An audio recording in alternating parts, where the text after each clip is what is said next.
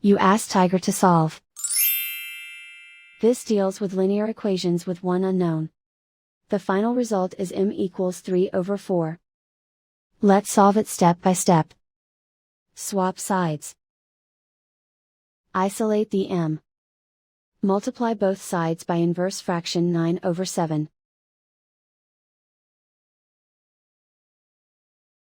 Group like terms. Multiply the coefficients.